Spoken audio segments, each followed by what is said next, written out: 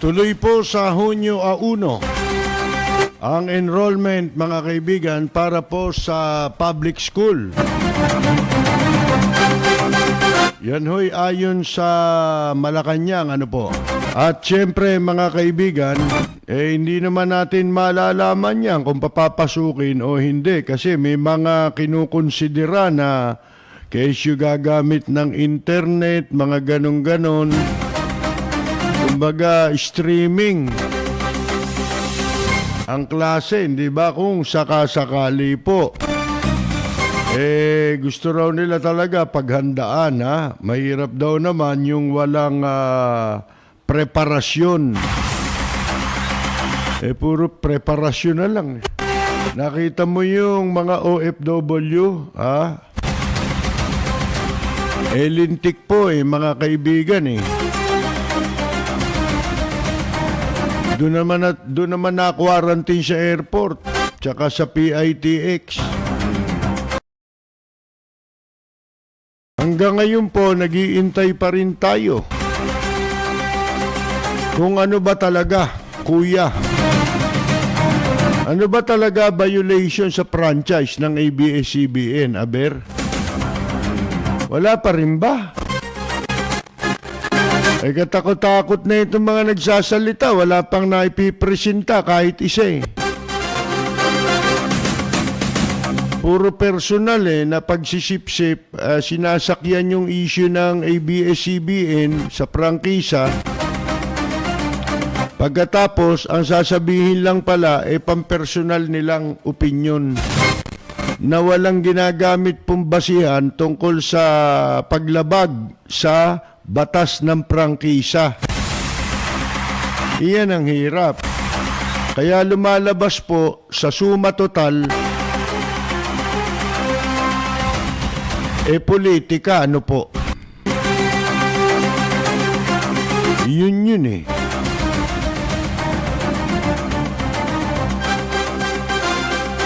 hindi ba? Nakikipatinchik, smuggler, smuggler tuloy. Ang congressman, nasiyap.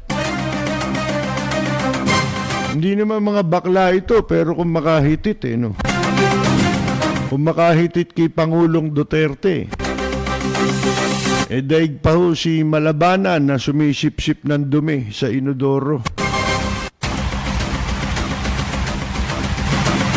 Kung makasip-sip, yun po yun si Bato naman, mga kaibigan, to si Batugan. Puro katamaran. Sayang ang pinapag-aral ng ng taong bayan sa PMA. Sabi ko sa inyo ang uso na ngayon hindi na ho yung nagpapaturok ng yung pampabata. Ano ba yung pampahaba ng buhay? Stem cell. Iba na uso ngayon dito sa Pilipinas. Ang pinatuturok dito yung pampamanhid. Ang dami walang pakiramdam dito sa gobyerno. Parang naturukan ng anesthesia. Tulad si Bato. Ang kalahin mong sarap na sarap pala siya. Masasabi mo ba yun kundi yun ang talagang nasa sa kalooban mo. Kahit sabihin mo pambiro yun di ba? Hindi mo masasabi yun. Hindi ka seryoso, di ba? Yan nga mga senador, mga mambabatas, mga tamad yan Yan ang pinakawalang kwentang pwesto sa gobyerno kung tutusin ninyo. Puro katamaran lang yan. Ang lalaki ng perang inuubos niyan. Yan ang pinakamalakas pa namang umubos ng pondo sa gobyerno. Yang ating mga mambabatas, po? Tapos kwan daw, sana raw gano'n na lang palagi. Sarap ng buhay. kahit naman na hindi kayo mag-video conference talaga naman masarap ang buhay nyo Magdadaldalang kayo, wala naman kayong ginagawa. Ang nagtatrabaho dyan, yung mga tauhan nyo Yun ang gumagawa ng mga panukala, ng mga talumpati. Wala naman silang gagawin, di-display lang sa sa plenary. At sana raw ganun lagi, sabi ni Batugan, si Ronald Batugan de la Rosa. Isipin mo kasi ang bilis daw natapos yung yung bill. Mas madali pa raw yung kaysa yung yung present sila dun sa plenary. Isipin ninyo yan. Yun na lang ang gagawin mo Ayaw mo pa. Pupunta ka na lang sa Senado ayaw mo pa. Lintik po mga kaibigan, lalo na siguro kung papawisan Bakit ho tinatawag na insensitive to? Dati naman na yan naging PNP chief yan. Insensitive din yan Linti ko magpaturok yata ng anesthesia to araw-araw kaya walang maramdaman Insensitive mga kaibigan, habang ang mga taong bayan walang malamon. Siya ito ng mga pinasusuweldo ng saksakan ng laki mga kaibigan. Ultimong aso pwede nilang gawing stop dyan para sumweldo sa Senado. Pagkatapos sana ganun na lang daw, sarap ng buhay. Bila siyang umalis sa bahay niya, doon na lang siya, ika nga ano tawag mo rito? Parang nag-FB live lang Andiyan ba si Dayan? Oy, Dayan!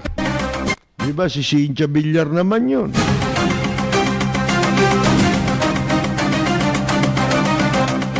Pinipilit ito si Bato kasi, pagka anong araw, pagka nagpatawa ka ng walang natawa, sasabihin sa'yo, susunod magpakalbo ka para matawa kami. Kalbo ito, di ba? Ito'y nagpakalbo na, wala pa rin matawa. Nakakainis. Kundi lang senador yan, di tinadyakan ko yan. Ano ko, kabayo?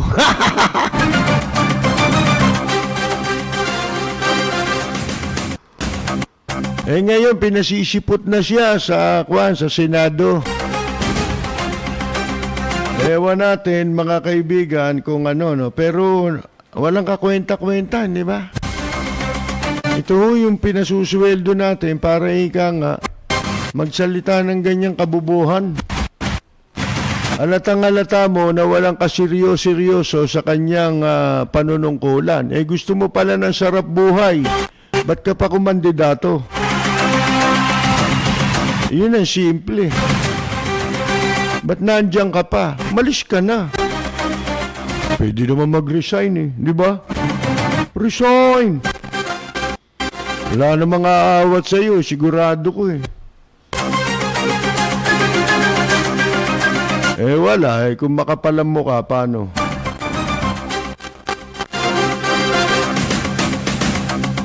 Wala nga naman pilitin natin yung makapalam mo ka.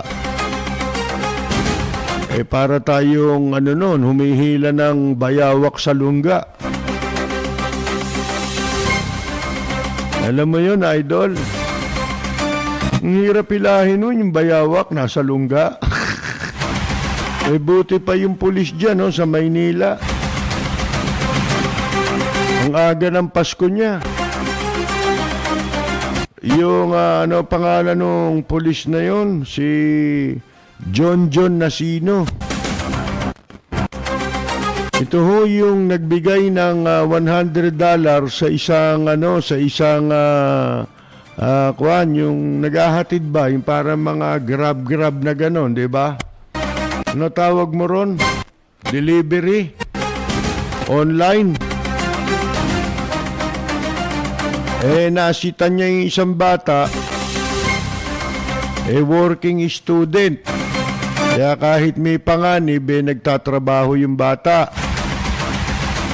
Napakabait nung pulis na yung ganda ng kalooban nun. Kaya naging maganda rin po, mga kaibigan, ang ika nga, naging mabait din sa kanya ang tadhana. Akalain mo, magkano yung $100? Ibinigay niya doon sa sinita niya. Imbes na hulihin niya, bumunot ng portamoneda. Ito anya ang naitatabi kong $100. May pamilya ito Mga kaibigan, ang pangalan nito, John Nasino, hindi ho Norman Madusing. Kabayo. Tamulmol. John Nasino, mabuhay ka. Alam po ba ninyo, mga kaibigan, ang kapalarang dumating sa kanya? Masasabi nating di naman ganon, pero kalaki.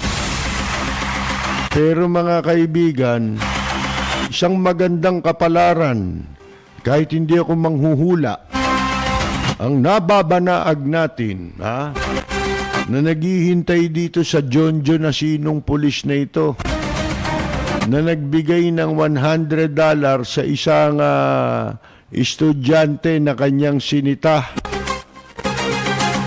Naawa siya dahil working student. Nagsisikap na makatapos ng pag-aaral kaysa pumasok na troll. Hindi ba? Kaysa mag-troll.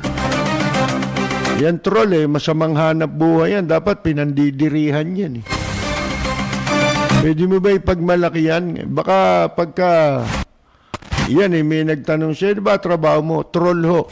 Pwede ba niya ipagmalaki yun? Ba hindi. Baka bugbugi siya, di ba?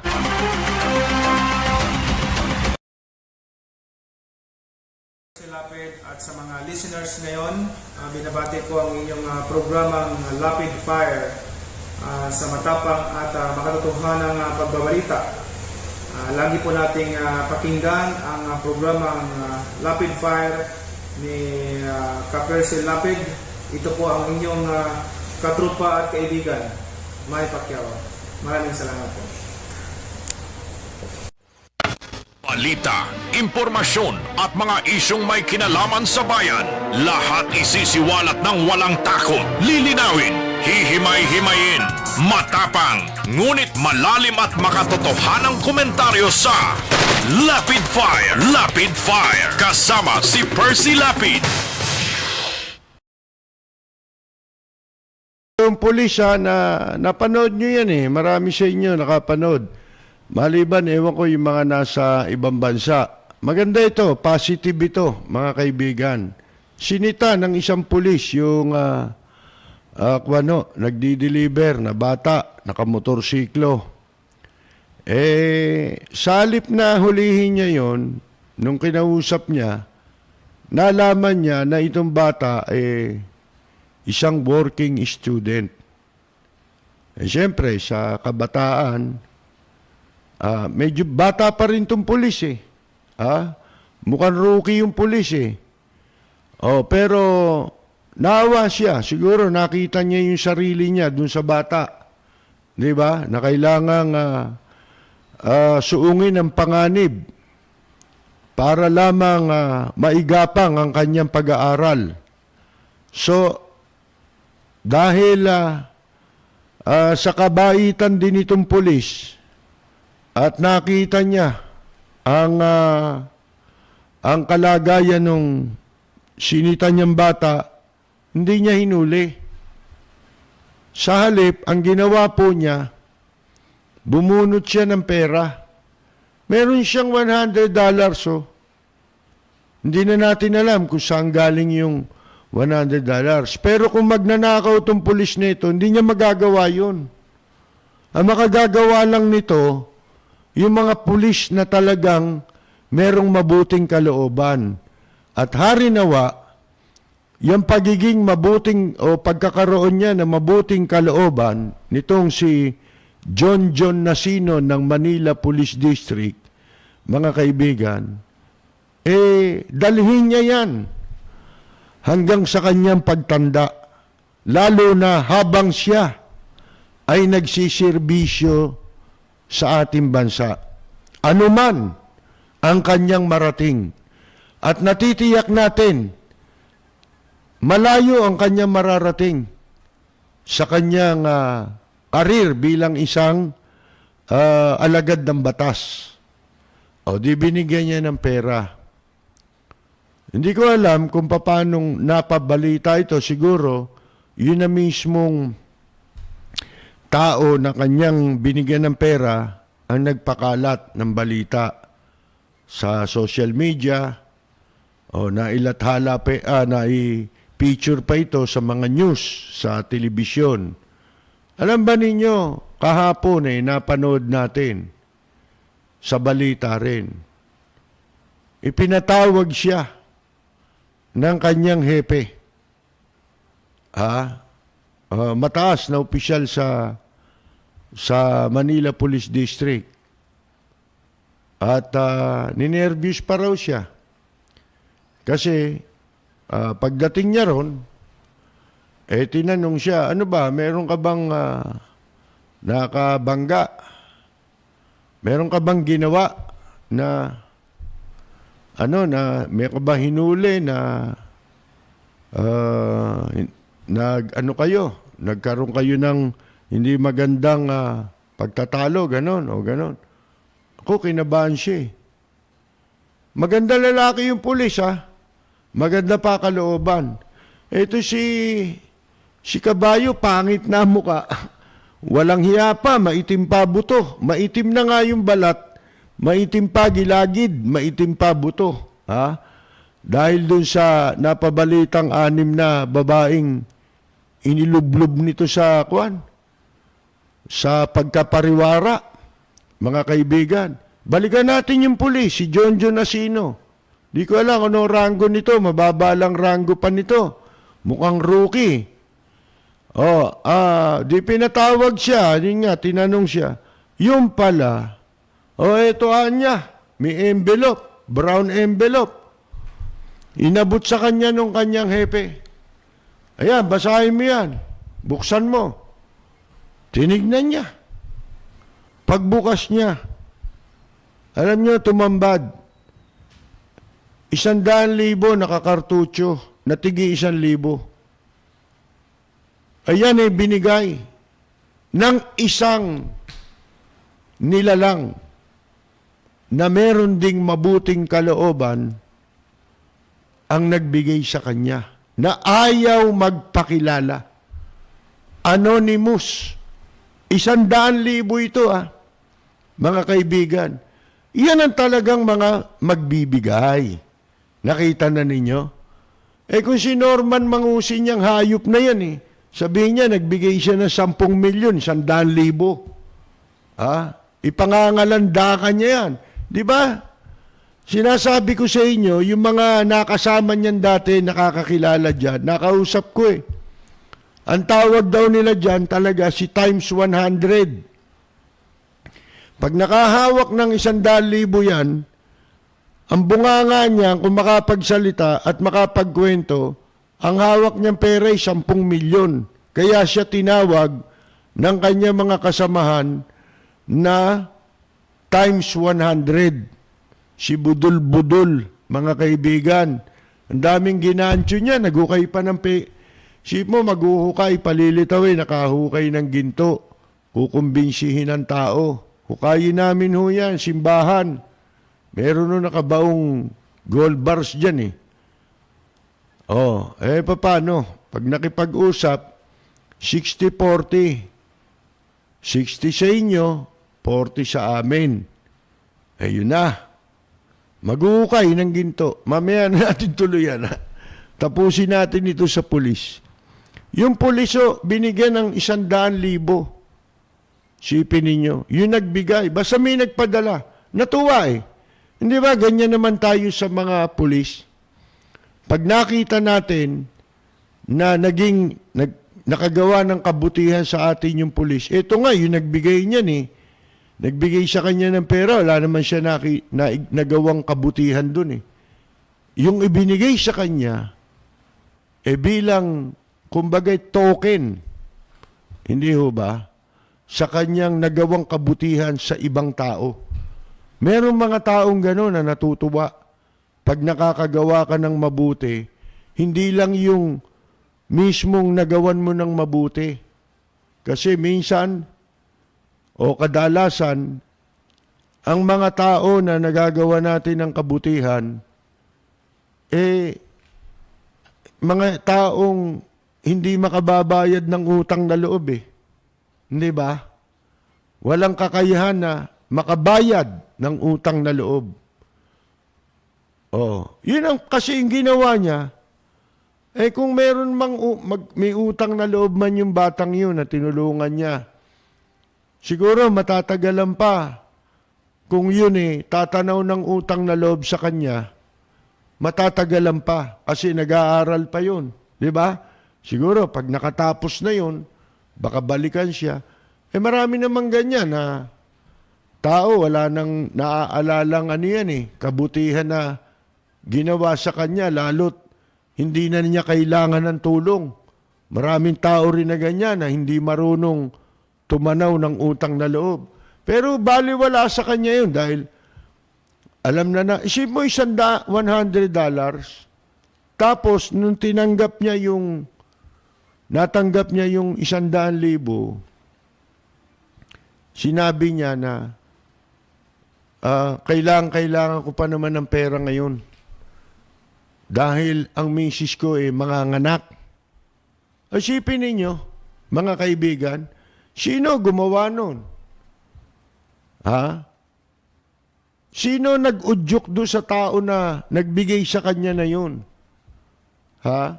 Para siya bigyan ng pera. Kinilos ng itaas yun.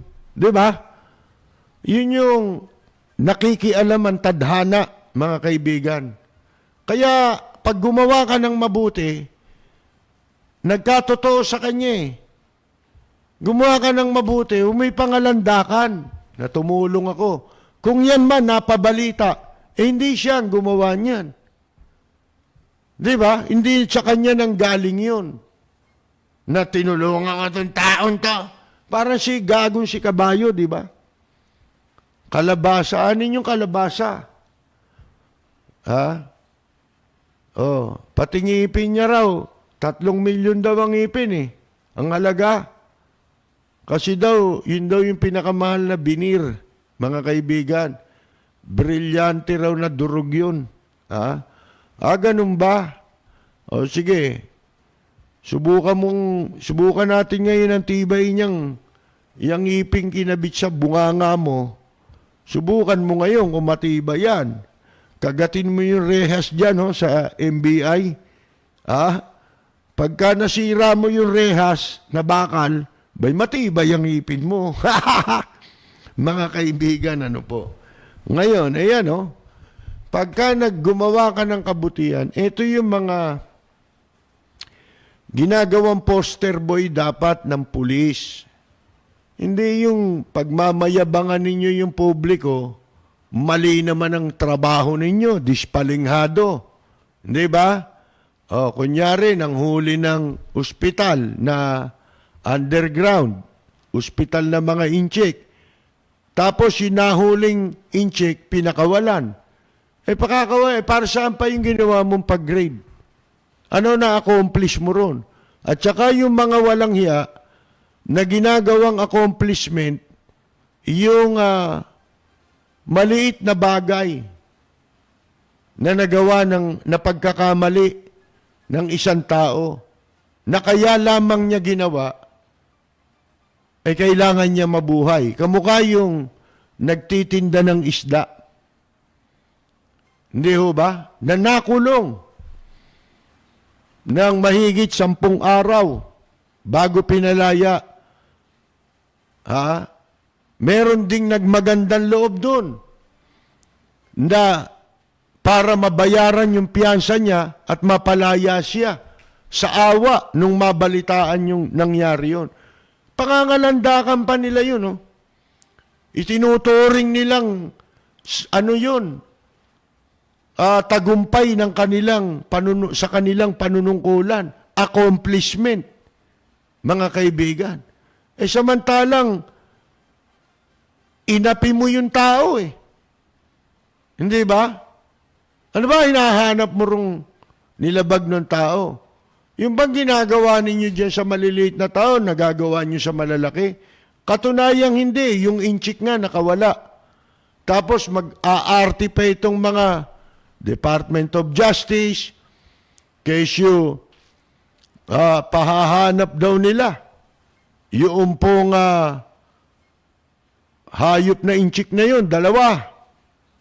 Pahanap mo hindi nyo kakasuhan itong mga pulis? Anong ma-accomplish nyo ron? Nakikisaw-saw lang kayo sa publicity para magkaroon kayo ng ginagamit nyo yon opportunity para mapag-usapan kayo, may ginagawa. Pero sa katotohanan, wala Walang ginagawa Ang talagang dapat parusahan doon, yung pulis muna. Graft case yun mga kaibigan, kung tutuusin ninyo Sino ba yung nagsasabi nung isang araw, tungkol din sa panguhuli, na kung hindi raw nila gagampanan yung kanilang tungkulin, pag ginuli, baka naman daw sila ang kasubuhan. Sipin mo, non-dereliction of duty. Tawag mo ron. Mas masahol yun. Pakakawalan mo, yun yung operator, hinuli mo. Pagkatapos pinakawalan mo, walang kaso. Ano ibig sabihin nun? Naglagay. Ano tawag mo ron? Grap yun Kaya naglagay yung kaya hindi, anomalous. Highly anomalous yung pagpapalayang ginawa ng PNP. Doon po sa incheck na hinuli nila sa Puntanay, Dana.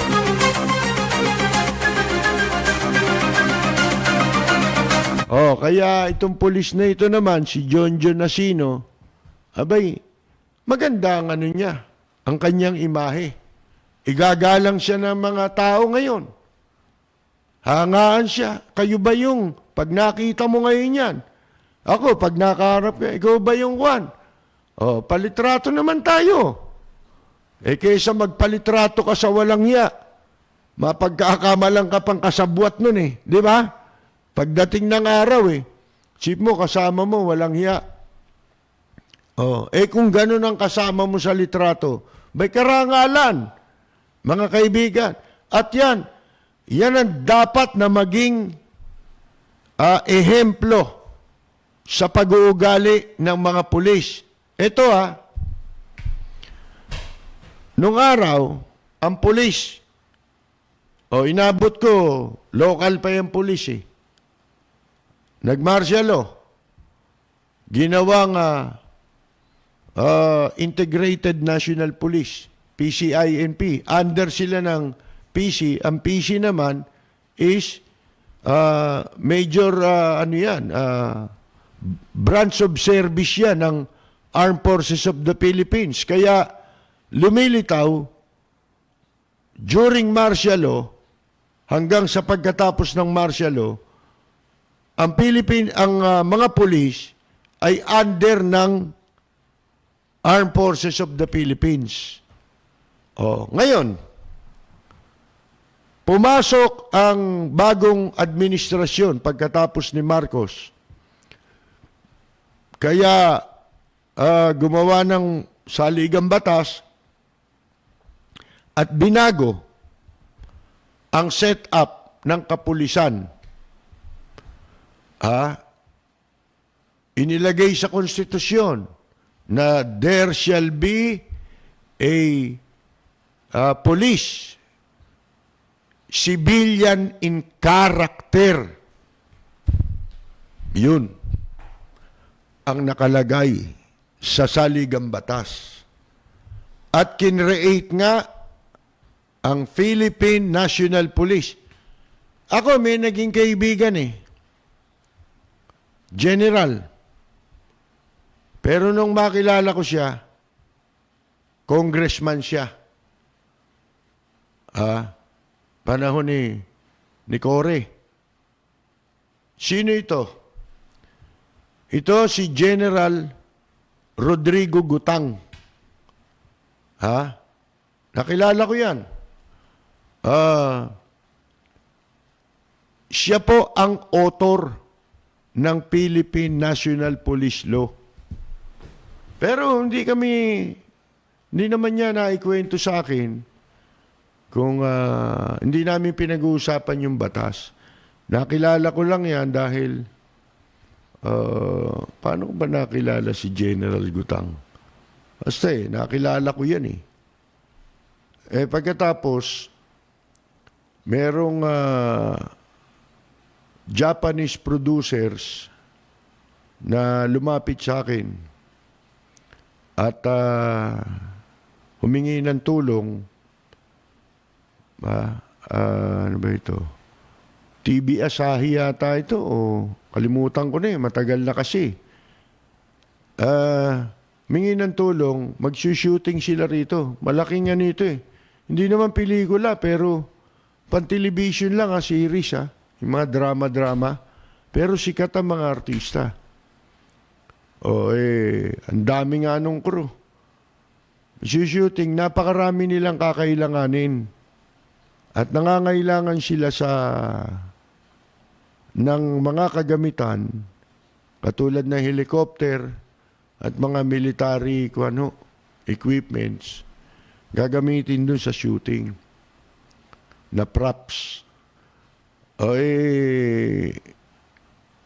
Ako ang kinausap at ako nag-coordinate. Sinuting yun sa Cebu. Siguro mga kulang sa 200 katao yung crew na dumating dito. Pati yung facilitation ng customs niyan at ng immigration, inayos ko lahat yan. Pati permit ng helicopter, inayos ko yan. Pero sino tumulong sa akin? Yun, si Yumaong dating General Rodrigo Gutang na naging congressman, mga kaibigan. Mabait yun Hindi nangingi ng pera yun. Sipin mo, walang hiningi yun Sa laki ng itinulong yun, alam nyo ba ang ginawa niyang kauna-unahan tulong sa akin? Nalutas lahat yun. Lahat ng kakailanganin ko, lutas. Pinapunta niya yung isang colonel. Nag-usap kami. Kasama siya. Ito Anya, nagdi-dinner kami. Kasama ko si Rene. Lahat ng kailangan mo sa military at police, siya ang bahala. Kasi hindi naman pipitsugin tong gagawing shooting Malakihan to. Isipin nyo, may helicopter.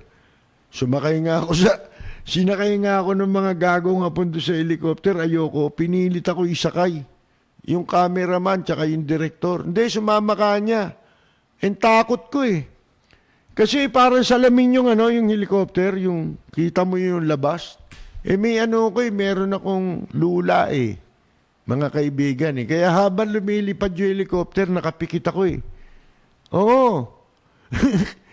Ngayon, ano tawag dito? Yung colonel na yon, kilala nyo ba yon? Yung colonel na yon, si Colonel Rene Santos. Naging kaibigan ko yan. Pagkatapos nun. Matagal kami naging magkaibigan yan. Sino yung Colonel Santos na yun? Tauhan yun ni General Gutang nung siya ay nasa active service pa ng military. Constabulary yan eh. Si Gutang. Pagkatapos dalawa silang bata niyan eh. Yung isa, si Billy Bibit. Yung kaibigan kong Colonel na tao ni Gutang, iyon ay mag-best friend.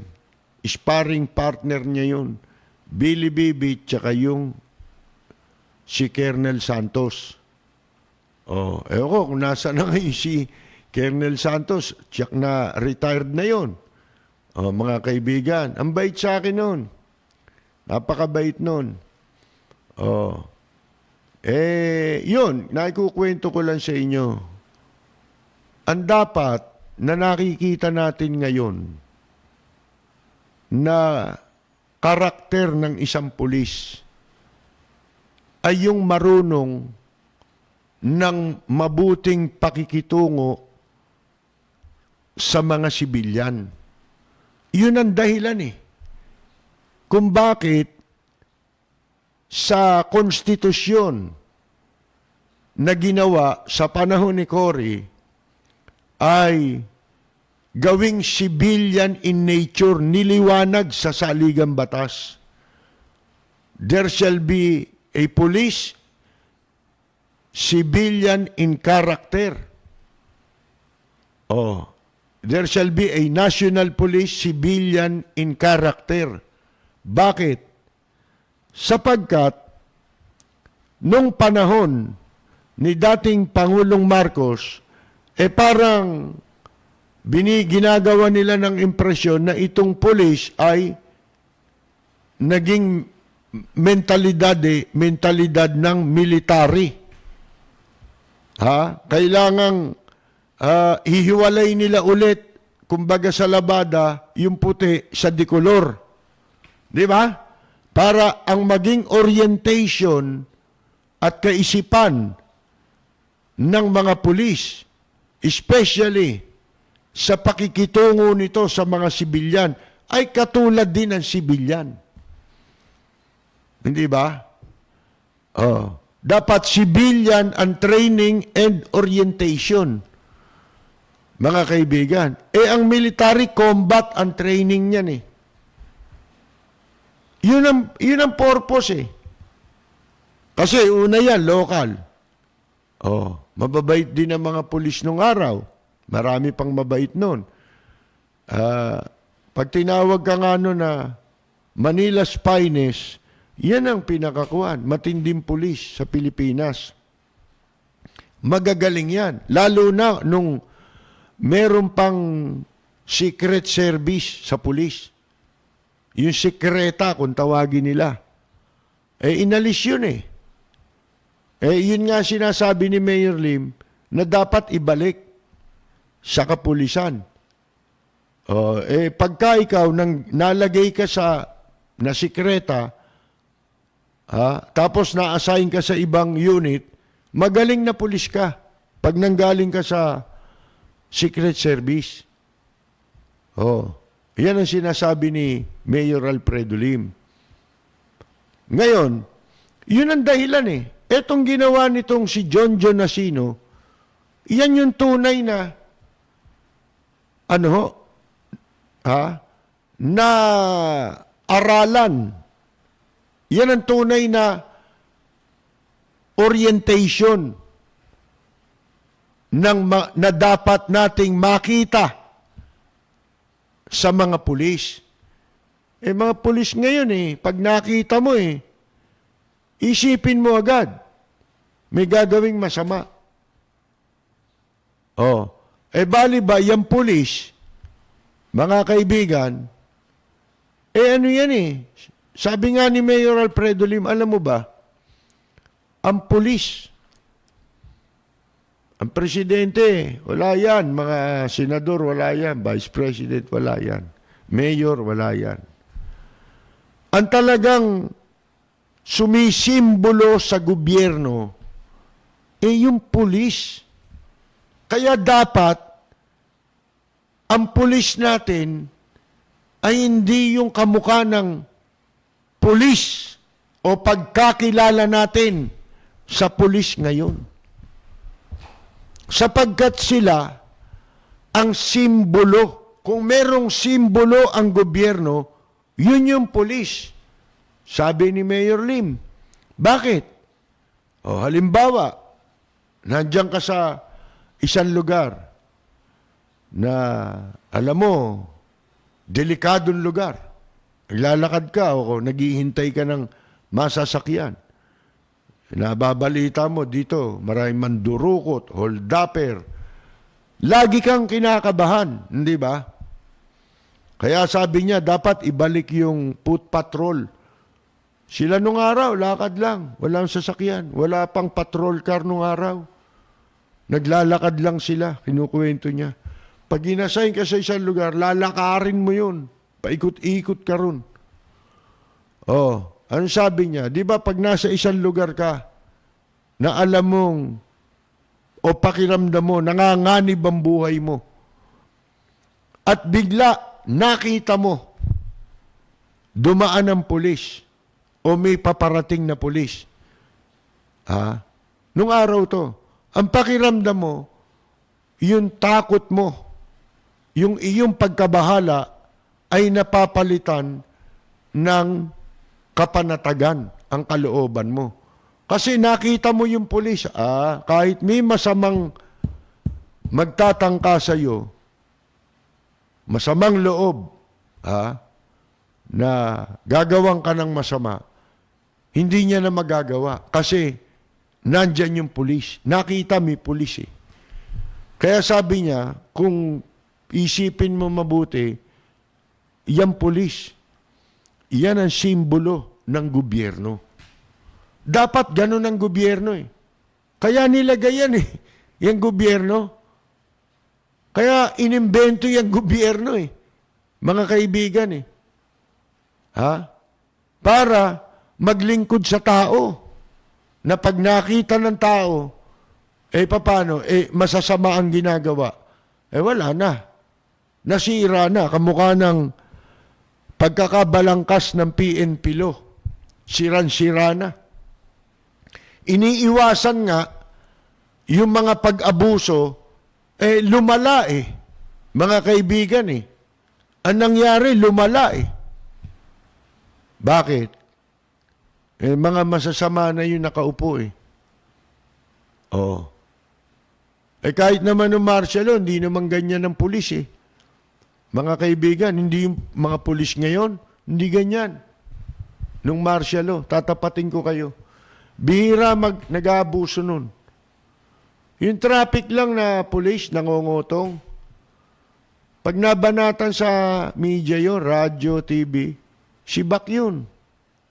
Dito, magsawa ka na sa kababanat mo sa katiwalian ng pulis. Wala makikinig sa'yo. Hanggang ngayon nga eh. Wala pang balita tungkol doon sa nung kamakalawang hinuli rito sa Makati Avenue na droga eh. Pulis, anang huli, in-check. Ba't wala sa news? Lapid at sa mga listeners ngayon, binabati ko ang inyong programang Lapid Fire sa matapang at makatotohanang pagbabalita. Lagi po nating pakinggan ang programang Lapid Fire ni Ka-Percy Lapid. Ito po ang inyong katrupa at kaibigan, May Pacquiao. Maraming salamat po. Balita, impormasyon at mga isyong may kinalaman sa bayan. Lahat isisiwalat ng walang takot. Lilinawin, hihimay-himayin, matapang, ngunit malalim at makatotohanang komentaryo sa Lapid Fire. Lapid Fire. Kasama si Percy Lapid.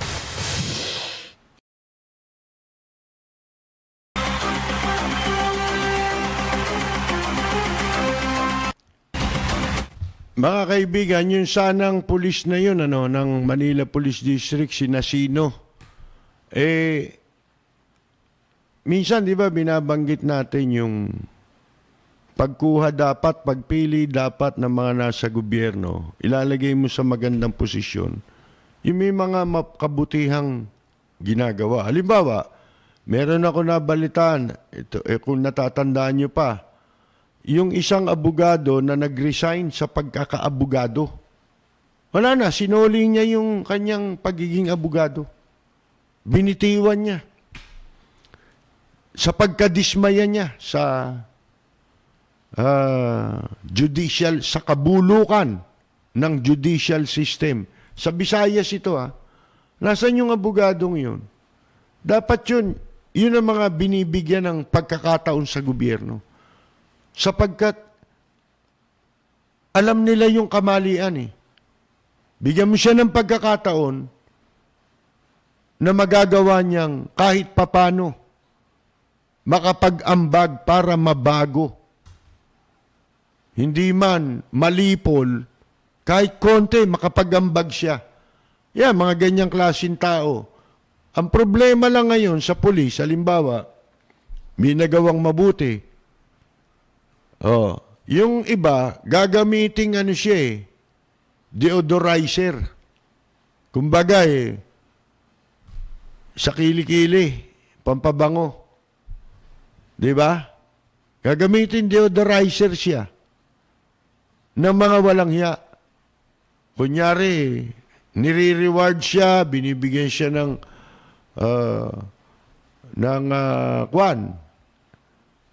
itinatampok siya, gano'n, kunyari. Pero, katulad ng mga ginagawa ng politiko, di ba, pag may magandang pangyayari, sinasakyan nila para magmukha silang mabuti.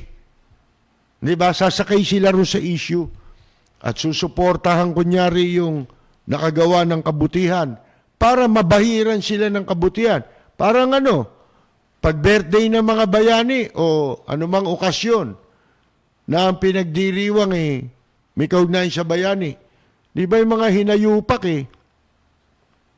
nagpupunta pa sa luneta, di ba?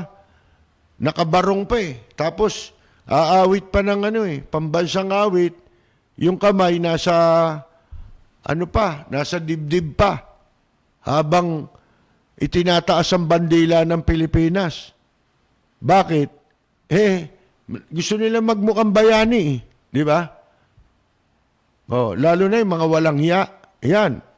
Para yun? Deodorizer lang nila yun. Pero tignan mo yung politiko, magnanakaw, pero ginagawa niya yun Nagpaparangal sa kadakilaan ng bayani, pero yung kanyang ginagawa, kabaliktaran doon sa itinaguyod na simulain ng dinadakila niyang bayani. Ganyan Ang nakakatakot lang, sana wag magamit ito. Ito si Nasino. Halimbawa, kinuha siya. Binigyan siya pinailalim siya sa isang makapangyarihan tao. Ituloy niya kung ano yung dapat niyang gampanan tungkulin. Kaya ikaw, kinuha mo ko, kinakailangan pulis ka rin o public servant ka rin, kinakailangan gagampanan mo ang tungkulin mo. Dahil pag hindi mo ginampanan yan at lumabag ka sa batas, sana yun yung maipapakita nila na hindi sila papayag na sasalaulain niya ng kahit sino. Kahit na itong mga taong ito pa ang nagbigay sa kanila ng pagkakataon. Mga kaibigan. Kasi may pananagutan kayo, may accountability kayo sa taong bayan. Sana nga, inahangad natin na hanggang saan man siya dalin ng kanyang kapalaran, yung police officer na yan, na si John Nasino, huwag kang bibitiw dun sa maganda mong napasimulan. Huwag mong bibitiwan yan. Huwag kang bibitiw dun sa sinumpaan mong tungkulin. Dahil once na na-contaminate ka, tapos na. Para mong binigo ang mga mamamayan. Di ba? Na pagod na sa kahahanap ng mga tunay na maglilingkod sa ating bansa.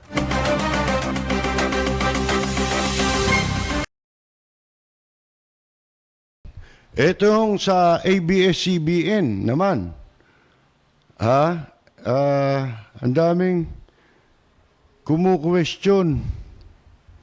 Pero hanggang ngayon, wala hong maipakita na basihan para hindi ma-renew ang franchise. May problema tayo sa batas. Kung tutusin ninyo, merong nagpapanukala, ewan ko kung ano yung panukala ng mga to tungkol sa franchise. Kasi depektibo yung batas, ibig sabihin. Hanap sila ng hanap, salita sila ng salita, katulad dito yung si party list, puro party list ito eh. Alam nyo, ito taga nyo sa bato. Kung ang saligang batas natin, gusto nilang palitan, di ba? Gusto nila yan. Ginagapa nga eh. Pailalim eh. Tinitirada ng pailalim, palihim. Kesyo sinasabi, ito raw si Lopez, si Gabi Lopez, ano raw yan? Pinanganak sa Amerika. So, violation daw ng franchise yan. Bakit? Nung unang ma-issuehan ng franchise yan hindi naman siyang executive ng ABS-CBN Pero ito pinakamatindi na pansupalpal sa mga yan. O kahit kay Enrile, supalpalin niyo mukha. Ano pansupalpal sa kanila? Bawal pala yan. Pero Pilipino talaga yun. Pinanganak lang sa Amerika kasi nandoon sila nung ipanganak siya. Eto ngayon, tatawa nga ako, ito naman ABS-CBN, nag-i-interview kanina, nahulog ako sa upuan Tungkol sa prangkisa rin ng ABS-CBN ang tinatanong at ang in-interview, dating senador. Sino?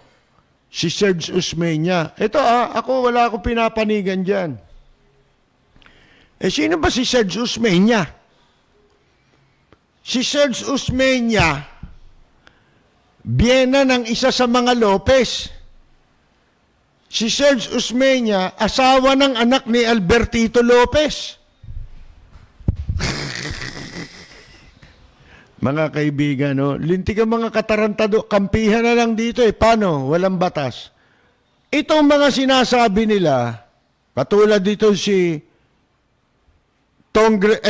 Congressman daw, party list Rodante Marcoleta. Ang sabi niya, yan anyang ABS-CBN, pro Noynoy Aquino noong 2010 presidential election, habang pro Grace po at pro Leni Robredo naman noong 2016 presidential elections. Ba't nasa batas ba yon? May batas ba na bawal kang mamili ng kursunada mong kandidato? Bawal ba sa isang station owner yun? Sino may sabi sa yung bawal yun? Hindi naman niya masabing bawal Sinasabi niya lang na pro Noynoy, pro Grace po, pro Leni Robredo. Pero hindi niya sinasabing bawal yun. Ano sinasabi niya? Kaya daw bias ang ABS-CBN o partisan, may pinapanigan, pabor doon sa partikular na kandidato laban sa kandidato. Ha? Oh, noong 2010, 2016 presidential candidates. Yun daw ay taliwas to the terms of each franchise and in violation, sinasabi niya bawal. Bawal daw yun sa terms of each franchise and in violation of the Omnibus Election Code. Mali ka ron. May lagnat sa utak to, mga kaibigan. Bakit? Kasi mapipigil mo ba yung tao na makapamili ng kanyang kursunada? Una, walang batas na ganun. Walang sino man ang pwedeng makulong.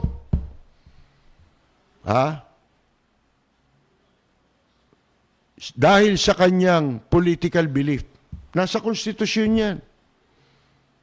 O kung hindi ka pwedeng kulungin, hindi ka rin pwedeng pigilan. Hindi ba?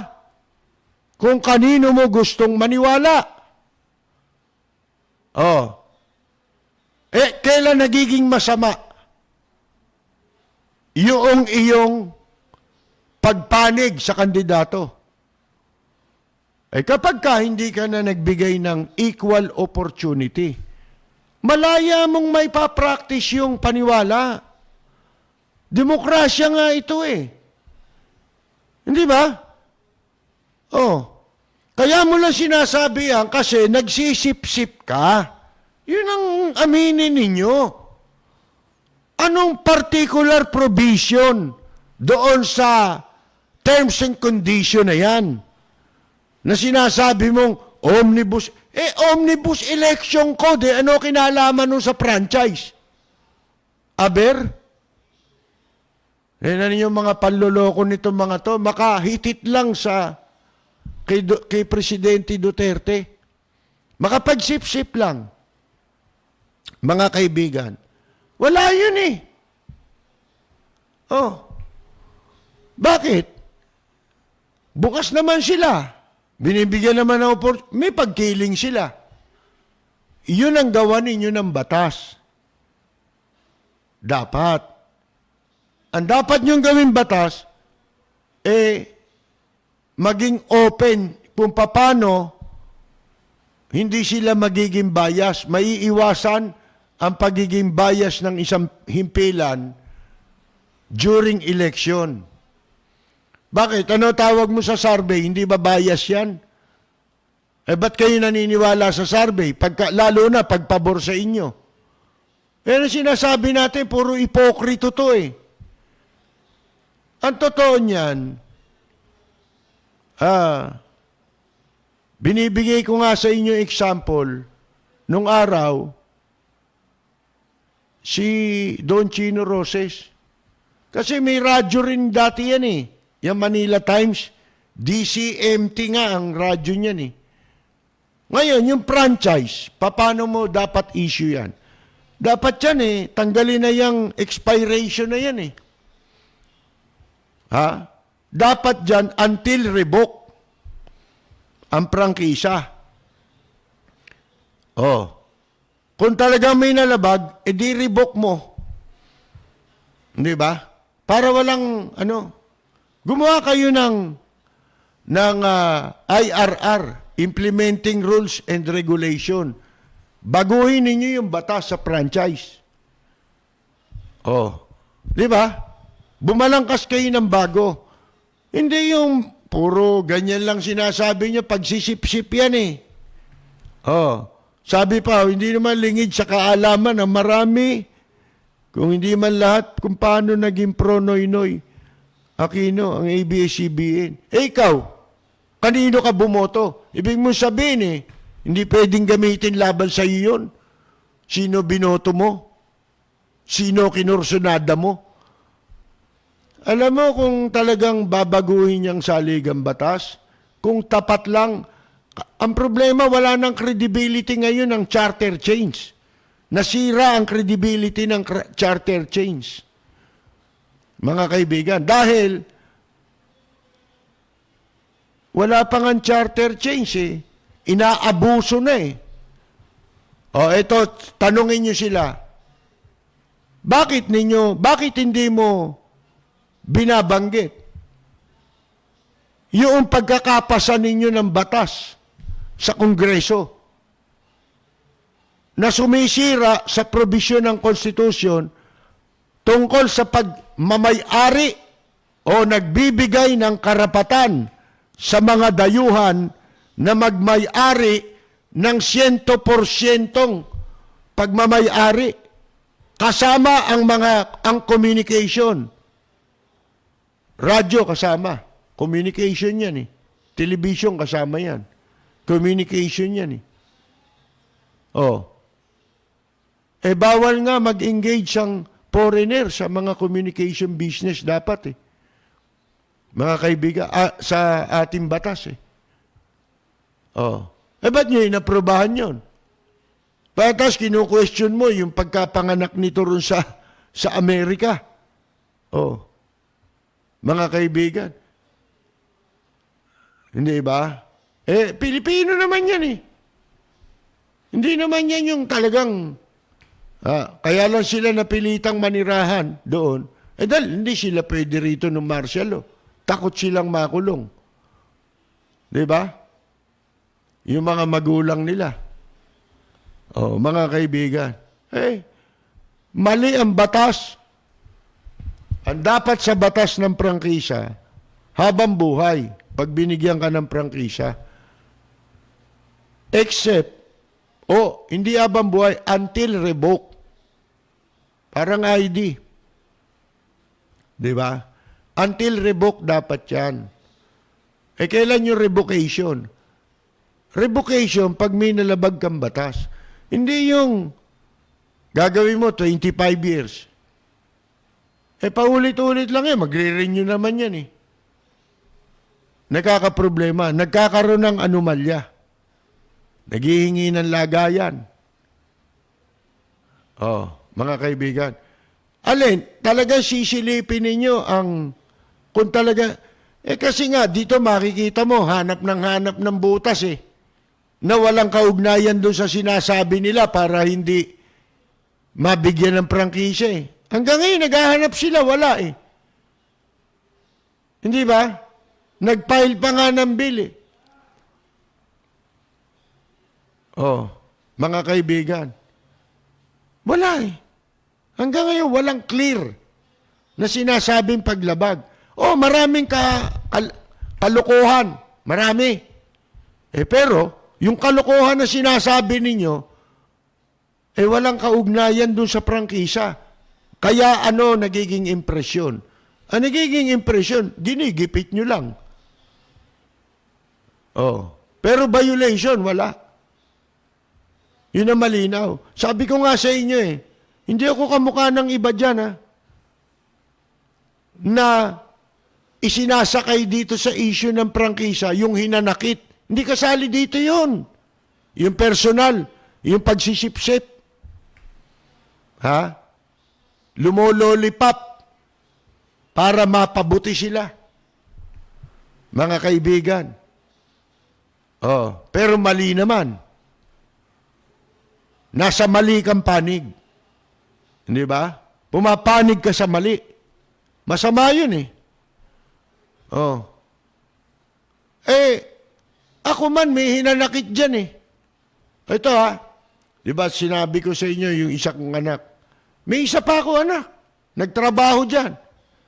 Pinaalis ko. Bakit? Eh, balasubas eh. Isipin mo yan. Ang tagal na nagtatrabaho ng anak ko, magdadalawang taon yata eh. Eh ako pa nag-aabono ng pamasahe. Bakit?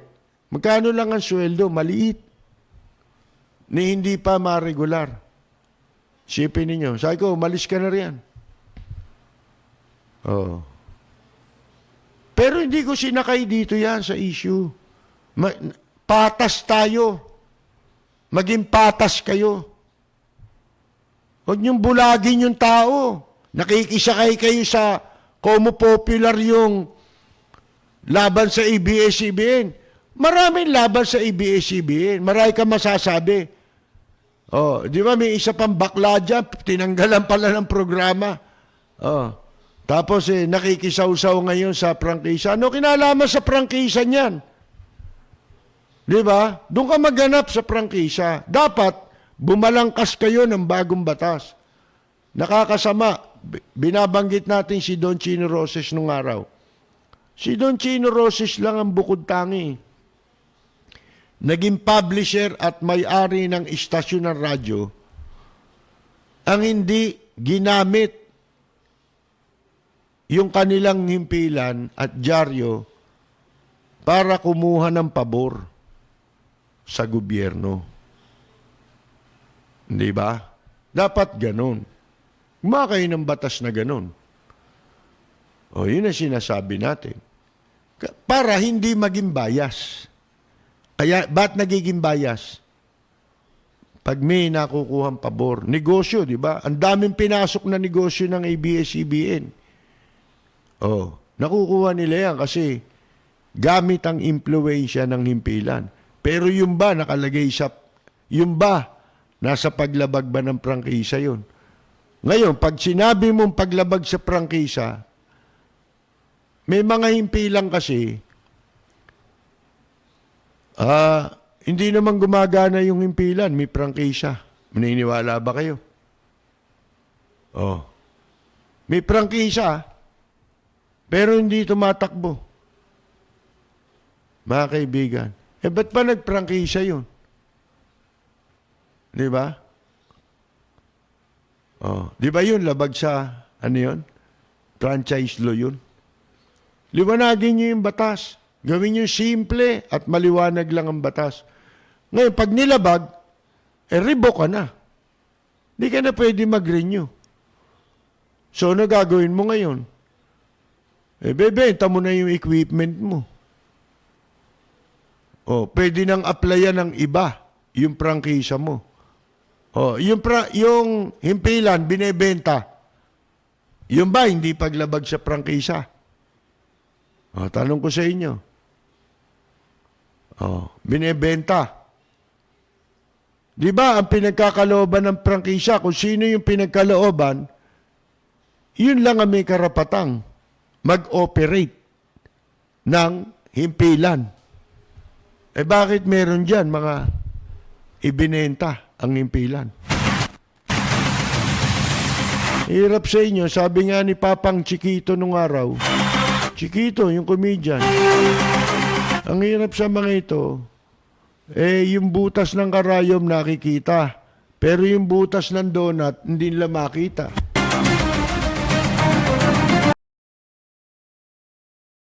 Lapid at sa mga listeners ngayon, binabati ko ang inyong programang Lapid Fire sa matapang at makatotohanang pagbabalita. Lagi po nating pakinggan ang programang Lapid Fire ni Ka-Percy Lapid. Ito po ang inyong katrupa at kaibigan, Mike Pacquiao. Maraming salamat po.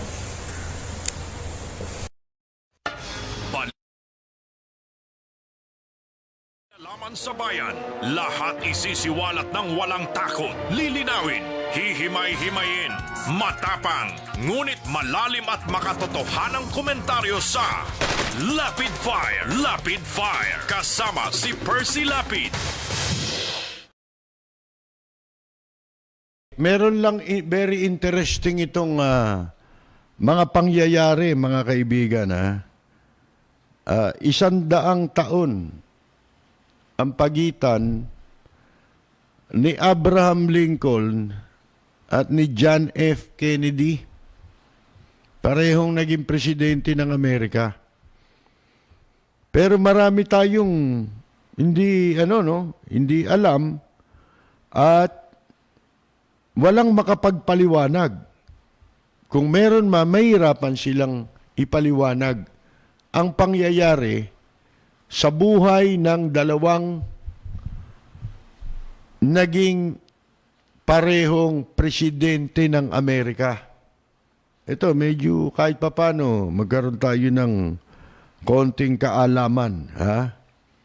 Ito alam na ng mga katropa natin to, Lapid Fire, katropang Lapid Fire. Kasi na-share ko na to sa aming group chat. Ito si Abraham Lincoln, ito yung mga coincidence sa buhay ng dalawang presidenteng ito. Hindi mo alam kung ba't nagkaganon. Tingnan ninyo. Si Abraham Lincoln ay na-elect o naging congressman, elected congressman, taong 1846. Samantalang, si John F. Kennedy, after 100 years, ay nahalal din na congressman noong 1946. Hinan ninyo yung mga petsa. Si Abraham Lincoln ay naging presidente, halal na presidente, 1860. Nung siya'y mahalal na presidente. Si John F. Kennedy, nahalal din na presidente. Anong taon? 1960. Sipin ninyo yan. 100 years ang pagitan, no?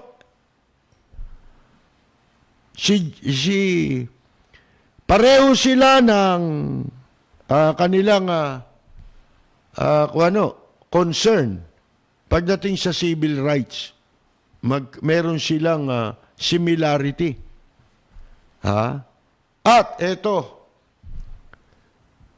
pareho sila na ang kanilang mga may bahay ay nakunan sa pagdadalang tao habang sila po ay nanunungkulan sa White House. Sipin niyo yan, nakunan yung asawa ni Abraham Lincoln, nasa White House siya, presidente siya. Ganon din si John F. Kennedy.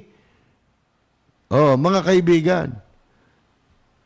At sila parehong binaril ito Pareho silang inambus binaril. Alam nyo kung anong araw? Pareho sila nabaril. Parehong araw, Biyernes pareho. Sipin ninyo yan, At pareho silang sa ulo binaril. Ito pa. Alam ba ninyo ang secretary ni President Lincoln? Ang pangalan, Kennedy. Nung siya presidente, ang secretary niya, pangalan, Kennedy. Si Kennedy naman, ang pangalan ng secretary niya, Lincoln. Sipin niyo yan, Sila pareho, ang pumatay sa kanila, mga Southerners. Pero ang pumalit sa kanila, pareho, Southerners din. Southerners. Ang pangalan ng pumalit kay Lincoln, Johnson.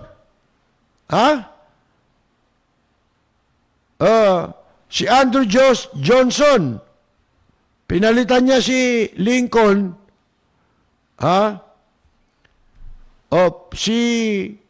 isinilang, si Andrew Johnson was born in 1808. Si President Andrew Johnson, yung pumalit kay Lincoln, isinilang yun 1808. Sipin mo yun, Ngayon, yung pumalit naman kay Kennedy, nung namatay si Kennedy, ang presidente pumalit sa kanya, si Lyndon Johnson. Kailan pinanganak naman si Lyndon Johnson? Ang pinanganak naman si Lyndon Johnson, 1908. Isipin mo, yung Andrew Johnson, 1808. Pinanganak. Pumalit kay Lincoln yun. Yun naman si Lyndon Johnson, pinanganak ng 1908. Yun yung pumalit kay Kennedy. Ha? Si John Wilkes Booth, siya ang pumatay kay Lincoln. Kailan pinanganak itong si John Wilkes Booth? 1839. Sipin ninyo ha. Si Lee Harvey Oswald naman, na pumatay, sinasabing pumatay kay Kennedy, ipinanganak naman 1939. Puro 100 years, oh. Mga kaibigan, oh. Sipin ninyo yan, ha. At yang parehong bumaril na yan, ha. Doon sa kay Lincoln at saka kay Kennedy, parehong may 3 pangalan nila, oh. Oh, mga kaibigan, 3 pangalan. Di ba, yung pumatay kay, kay Lincoln, John Wilkes Booth. Yung kay Kennedy naman, Lee Harvey Oswald. Isipin mo yan. Oh, mga kaibigan. At bawat yung pangalan nila, alam nyo kung tig-ilan letra? Pareho? Tig-50 ng letters. Pag pinagsama mo, ang parehong pangalan nila. 15 yung isa, 15 din ito. Oh. Ito naman, isa pa. Si Lincoln, binaril, sa sinihan. Ang pangalan ng sine, Ford. Ford Theater, Si Kennedy naman, ay binaril sa kotse, habang nakasakay sa kotse, na ang pangalan ng kotse, Lincoln. Nagawa ng Ford. O, isipin mo yan. Mga kaibigan, no? Hindi ba? Oh.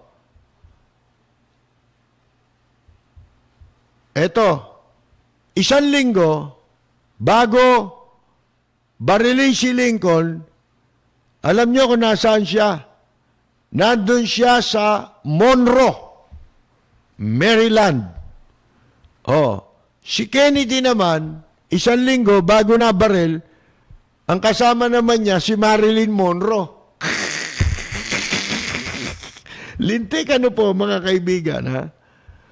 Oh, si Lincoln po binaril sa sinihan, pagkatapos siyang barilin, yung bumaril sa kanya tumakbo sa warehouse, sa bodega. Si Kennedy naman ay binaril at yung bumaril sa kanya ay nandun sa warehouse. Oh. Pagkatapos, tumakbo sa sinihan. Pagkabaril kay Kennedy, mula doon sa warehouse, tumakbo yung bumaril doon sa sinihan. Lintik ang mga nito, no? Ang research na ginawa nito, mga kaibigan,